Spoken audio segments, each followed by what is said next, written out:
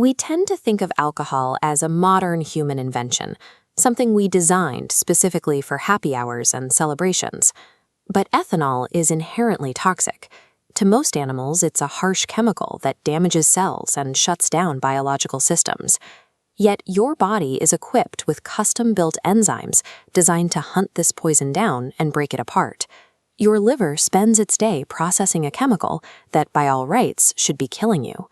Why would evolution spend millions of years refining a defense system for something we supposedly just started drinking? The timing of our first sip goes back much further than the first bar. Alcohol serves as a survival mechanism that has been refined by natural selection for 10 million years. 10 million years ago, the floor of a tropical forest was covered in fallen, overripe fruit. It was mushy, deeply colored, and smelled sharp. This microscopic view shows what was happening inside that fruit. These are wild yeast cells, and they were the first ones to get to the sugar. As these yeast cells consume the fruit's sugar, they produce ethanol as a byproduct. They are essentially turning the forest floor into a natural, unmanaged brewery. Eventually, a hungry primate ancestor dropped down from the trees, smelled the rot, and decided to eat it. This encounter gave our ancestors access to a calorie source that most other animals simply couldn't touch.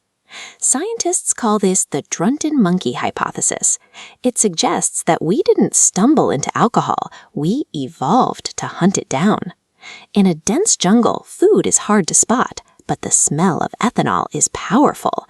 It traveled up through the leaves, acting as a chemical signal that sugar was waiting on the ground.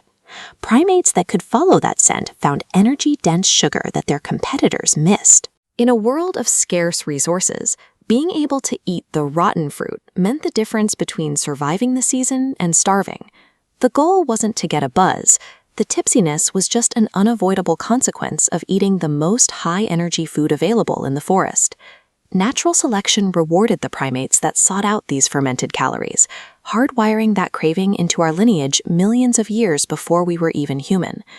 Eventually, humans stopped waiting for fruit to fall and rot on its own. We started figuring out how to control the yeast ourselves. These fats, carved directly into the stone floors of ancient cellars in Georgia, show how early we transitioned from foraging to deliberate, large-scale brewing. But to keep these fats full, you need a massive, predictable supply of grain or fruit. You can't rely on what happens to be rotting in the woods that day. This need for a predictable supply of ingredients is likely what pushed humans to settle down and farm. We didn't just plant wheat for bread. We planted it because we wanted a reliable way to make beer. This desire for a steady, fermented drink helped push us to trade the uncertainty of the hunt for the predictability of the field. As we built the first complex cities, alcohol became the glue of the community.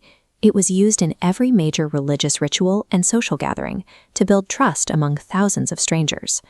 This clay tablet from Mesopotamia records beer not just as a drink, but as a currency. In the first cities, laborers were paid for their work in daily beer rations. Alcohol didn't just appear once the cities were built. The evidence suggests it's one of the primary reasons we built them in the first place. So when our 2D stickman ancestor raises his cup today, he's not just having a drink. He's celebrating 10 million years of evolutionary success. Our core biology, our early economy, and our transition to farming are all tied to that one ancient, accidental sip of fermented fruit. To see more ways our past is hiding in plain sight, subscribe to Human History Explained.